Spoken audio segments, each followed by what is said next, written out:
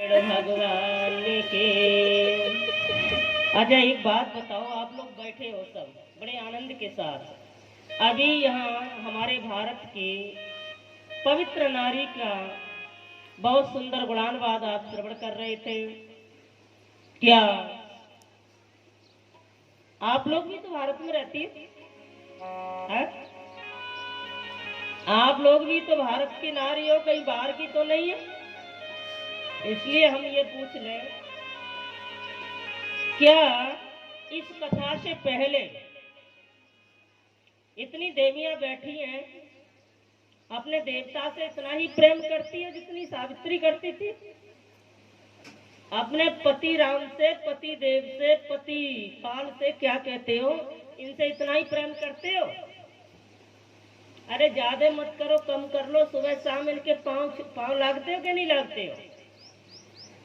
कौन कौन सी मैया शाम सुबह अपने पति के चरण छूती है, जरा बताइए।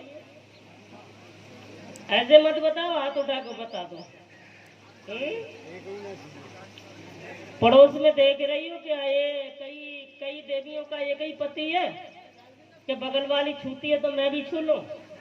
ये तो अपना विषय पर्सनल है भाई। इसलिए ये बताओ कि आप लोग पैर छूते हो पतियों के नहीं है? बोलो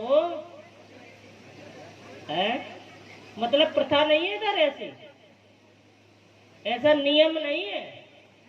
क्या पति देवता तो नहीं पाँव लागते आप? हाँ, यहाँ यही प्रथा है। यहाँ पत्नियां पैर नहीं छूती, यहाँ पति छूते हैं। ये कोई लगे मुझे हैं?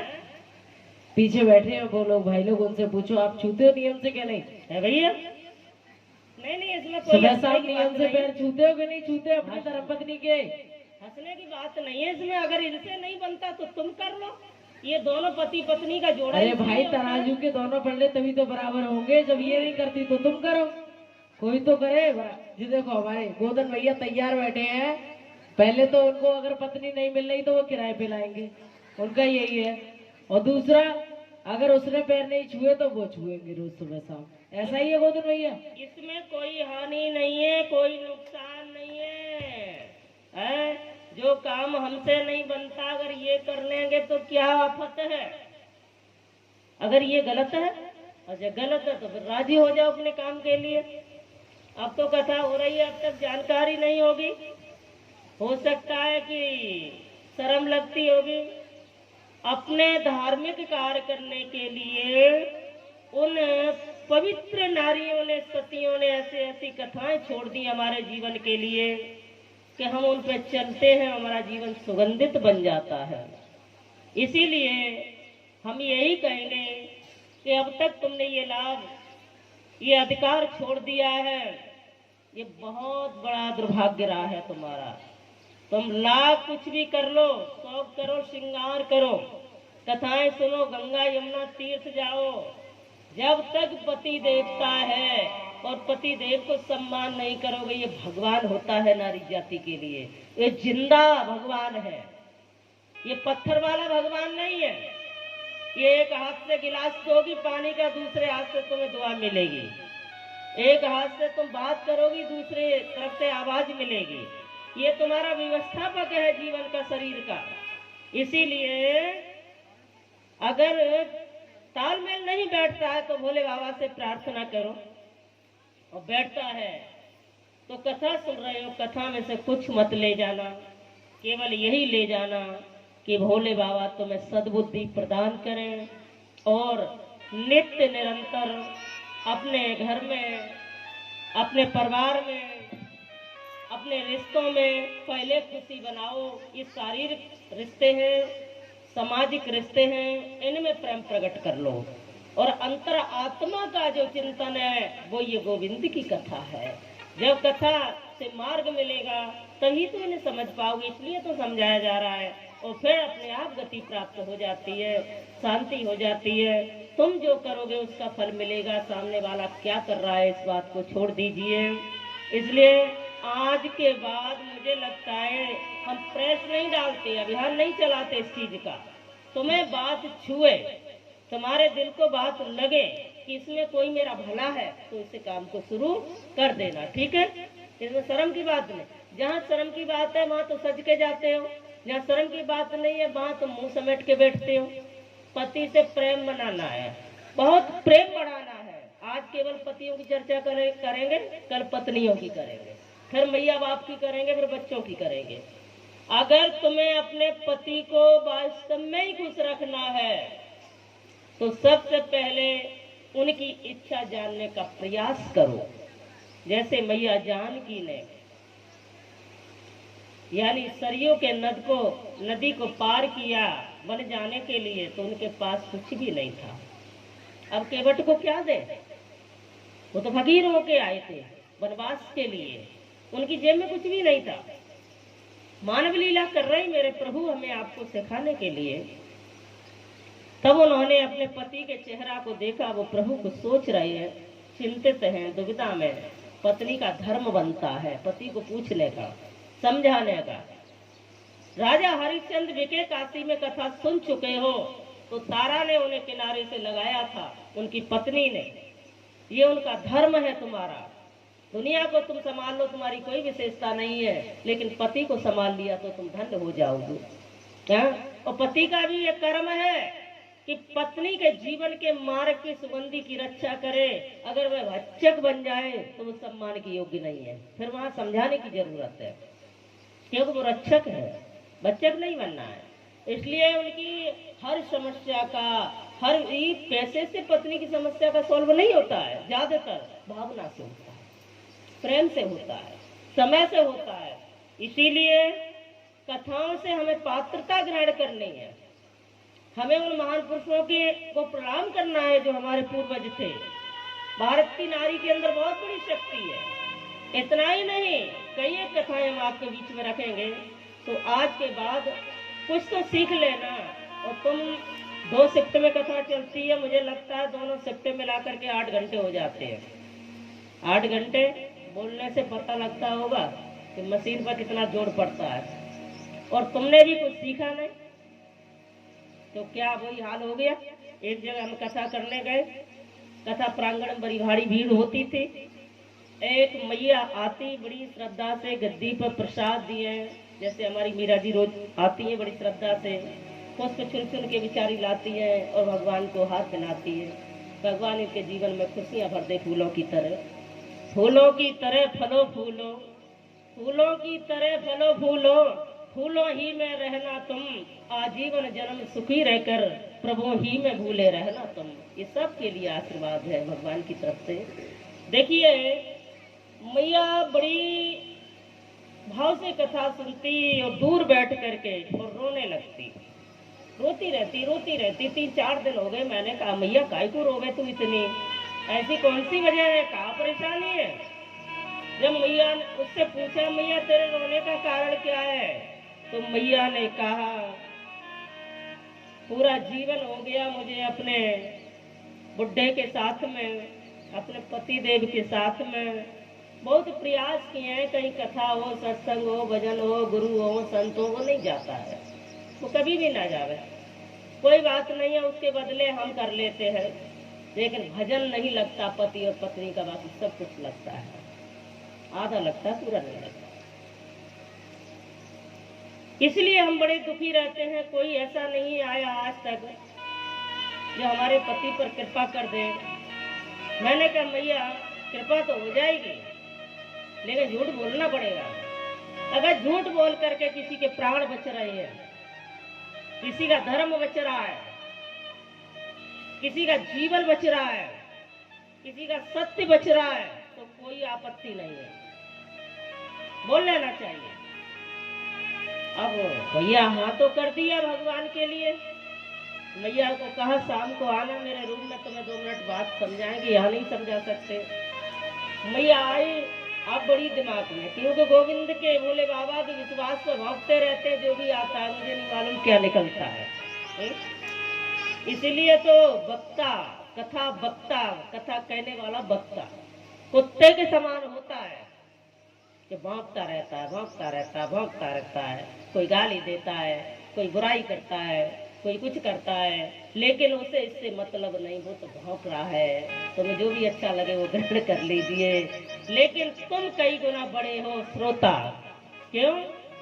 अच्छी अच्छी बात को तो ग्रहण कर लेते हो, और जैसे कचरा निकाल के फेंक देते हैं ना, अनाज को साफ करते हो ऐसे उसे डाल देते हो। हम तो सारा ही कुछ कहते हैं, कोई गाली दे रहा है तो भी उसके ऊपर कथा में बदलेंगे, कोई बीड़ी पी के सिगरेट पी के धुआं दे रहा है तो भी बदलेंगे। डायरेक्ट नहीं कहेंगे भैया बीड़ी मत पिए। अगर कोई और बुराई कर रहा है तो भी कहेंगे, और कोई जूते चप्पल अंदर रख के बैठा है तो भी कहेंगे, कोई आलोचना कर रहा है व्यासपीठ के सामने तो भी कहेंगे, लेकिन डायरेक्ट नहीं। इसमें हम लोगों का वो अस्तित्व यहाँ नहीं रहता है, लेकिन तुम्हारा सौभाग्य है जो तुम अच्छा अच्छा ग्रहण करते हो। लेकिन महानता इसकी नहीं है, विशेषता इस बात की है कि तुम इसमें पालन कितना करोगे। मैया को कहा अपने पति को लेके आना, झूठ बोलना। जो बुढ़िया थी, तुम्हारे सबके पति ना आए तो तुम भी ध्यान रख लेना इस बात का। बुढ़िया से कहा ये कहना कथा में, ये नाम वाम तो मुझे मालूम नहीं है, ये सतोपंथ, सतो यानी 5 पांडव है और ये 7 यजमान है। सतोपंथ की यात्रा वैकुंठ जाने की जो सीधी सीढ़ी है ना, वो सतोपंथ होते हुए बद्री नारायण होते हुए जाते हैं। और ये बहुत भोले भाले हैं। सतोपंथ की सीढ़ी सहज नहीं मिल जाती है, सतोपंथ की यात्रा तब मिलती है वहाँ कोई कपट मन में नहीं होना चाहिए। इनके मन में हकीकत में कोई कपट नहीं है। तो ये सतोपंथ की यात्रा जो बैठी हुई है, तो हरि कृपा से इनके सौभाग्य से ये गंगा बह रही है। आप सबको इसमें स्नान करने में भी परेशानी होती है, हम चाह करके भी नहीं आ पा रहे हैं, तो ये हमारा दुर्भाग्य है, प्रभु की कृपा नहीं है हमारे पास। तो आइए इसी प्रकार से मैया ने जाकर के कहा, भोले बाबा के मंदिर पर मोवर्रा है क्या भैया? मोवर्रा में कथा हो रही है, और शाम को जब कथा बंद होती है ना, अभी की नहीं ना, अभी तुम बैठ जा 5 पसार के। रात्रि को जब राम लगता है ना, उसमें बहुत शरबत बटता है, इतना रस बटता है, इतना रस बटता है, इतना, वो भी थोड़ा बहुत नहीं, बड़े बड़े बाल्टा भर के बांटते हैं ये सतोपंथ की यात्रा वाले भगत। हाँ, लेकिन मिलेगा कब? तुम यहाँ बैठोगे तब, तुम्हारे घर थोड़ी पहुंचाएंगे। हाँ भैया, कहा भयो, अम्मा ने कही, बुढ़िया ने कही, मैया ने कही, जब अच्छो ढोकरा है जाएगा तो जामे कौन सी परेशानी है, ये भी कर लेते हैं। हाँ, तमाम मंदिरों में गुरुद्वारे में तीर्थों में माथा मार लिया, 2 घंटे यहाँ भी बैठ लेंगे, 2 घंटे 3 घंटे बाद कथा शुरू हो जाएगी, 4 बजे के बाद, 7 बजे से। लेकिन भैया कहा भयो, मैया ने जाके कही डोकरा से, कल की कथा में तुम चलिए भोले बाबा के मंदिर पे, मोवर्रा में कथा हो रही है, लेकिन बहुत रस बटता है, इतनो रस बटे, इतनो रस बटे, इतनो रस बटे के पूछो ही मत। अच्छा कौन बांटे भैया, ऐसा सेठ कौन है? अरे वो वृंदावन से आए ना, वो खुद ही लेके आए संग में, मोवर्रा वाले की सामर्थ्य ना है जो बांट दे। हाँ, तो उन्होंने कहा इसके लिए तैयार होके चलना, ना दो के बढ़िया से, कोई बर्तन ले लेना अच्छा वाला। बुढ़ा सारी रात ना सोया, वाने दाढ़ी माड़ी सेविंग वेविंग बाल बाल कटिंग कराई, बड़ो तो काजल लगायो, जल्दी से नहायो धोयो, धोती गमछा लंगोटा जो भी छोटा लंगोटा होता है उसमें कस लिया, और एक बहुत बड़ा फ्राईदान भगोना गंजा जिसको तुम कहते हो लेकर के कमर पे रखा, और सोटा पकड़ के कहने लगा, अरे भीकम की मैया, तू अभी तैयार ना भैया, काई को कथा सुनने को? मैया ने कही खुलेगा ही भाग्य हमारे, आज तो मैं बहुत खुश हूँ, मेरा बुढ़ा कथा सुनने को राजी हो गया, चलो जैसे भी भयो। जल्दी जल्दी मैया वैसे टाइम से जाती, बहू ने अपनी साड़ी समेटी, प्रसाद लिया और चल पड़े दोनों। दूसरे गांव से आते थे, सामने पंडाल खुला हुआ था, और दोनों कड़ी दोपहरी में चले आ रहे हैं। चल तो बड़ी खुशी भई देख करके, मेरा लाला तो मन में इतना प्रसन्न भयो कि आज तुम आ ही गए कैसे ही न कैसे ही। और कन्हैया ने जैसे ही देखा तब तक लीला बदल गई। कहा भयो, मैया से डोकरा बोलो कि तू तो जा कथा में बैठी हो, और मैं जो सामने बरगद का पेड़ है ना, जहाँ में बड़ी अच्छी छाया है, 4 घंटा का माथा मारूंगा बैठ के, हैं? मैं जब तक ठंडी हवा में सो लेता हूँ, जब रस बटे तब मुझे बता दीजिए। अच्छा हाँ, तो बुढ़ा अपने वो गंजा को भगोने को हमारे फ्राईदान को छाती पे रख के सो गया कि कहीं बर्तन गड़बड़ ना हो जाए। गड़बड़ हो गया तो हम लेंगे किसमें, हैं? और उन्होंने कहा, बड़े आराम से मैया ने कथा सुनी। मैया प्रार्थना की है कि हे भोले बाबा, हे लाला के नैया, हे समस्त देवताओं, मेरी प्रार्थना है मेरे पति देव की बुद्धि अच्छी हो जाए। जब दवा काम नहीं करती तो दुआ काम कर जाती है। जब सच्चा सदगुरु कोई मिल जाता है तो कल्याण हो जाता है। उन्होंने हाजिरी भरी 4 घंटे बैठ करके कथा में। कथा का जैसे ही समय आया समापन की ओर प्रसाद बटने लगा। अब मैया बड़ी परेशान, बुढ़ा जगो ही ना है, करे का हैं? मैं जाती हूँ जगाने, तब तक प्रसाद न कहीं बंद हो जाए बटना और बुढ़ा को सटक न जाए। मैया बड़ी परेशान, बुढ़ा के लिए बड़ी प्रार्थना कर रही है। भगवान ने देखा मैया की भावना को, मेरे लाला कन्हैया भोले बाबा ने जब देखा तो उन्होंने कहा कुछ करना चाहिए, क्योंकि मेरे दरबार में आया है ये भगत। जो मेरे दरबार में भगत आता है वो कभी खाली नहीं जाता है। और भगवान भोले बाबा किनारे से सटक गए मंदिर में से, तो सटक गए, बरगद के नीचे पहुंचे। इधर आरती प्रसादी हो रही और उन्होंने ऊंची सी टांग उठाई और भगोना भर दिया, गंजा भर दिया। भरते भरते जब उसमें वजन बढ़ गया और जैसे ही बुड्ढा की आंख खुली, भोले बाबा अंतर दिया। उन्होंने कहा प्रभु बड़े न्यायकारी है, ब्रज से लोग आए बड़े समझदार है, काऊ के संग पक्षपात ना करे। हम इतनी दूर लेटे हैं, यहाँ भी प्रसाद देने चले आए। हाँ, और उन्होंने देखा, आओ देखा न ताओ, गंजा भारी हो गया, उठा के गटागट सटासट पी गए। और जैसे पिया तो खारा नमकीन, समझ रहे हो, खारा था और पी तो लिया उसने आवेश में आकर के, लेकिन जब तक बुढ़िया आ गई उसने गंजा पटक दिया और कहा लठ लेके तैयार हो गया, जल्दी आ जा। तो मीठा रस पी के आती है, मेरे लिए नमक डाल के भिजवा दिया है। और बुढ़िया आई, उन्होंने 10-5 लठ मार दिए बुड्ढे ने। तो कहा भयो, अरे तू मेरी बात सुन, तूने ब्रजवासियों से सलाह कर रखी है, वो तेरे को मीठा रस देते हैं, मोर को खारा रस दिया हुआ है, समझ रहे हो। भगवान भोलेनाथ कुत्ते का रूप बना करके गए थे और टांग उठा करके उसके गंजे में पेशाब कर दिया उसकी भावना के अनुसार। क्योंकि प्रभु कहते हैं कि जाके रही भावना जैसी और प्रभु मूरत देखी, प्रभु मूरत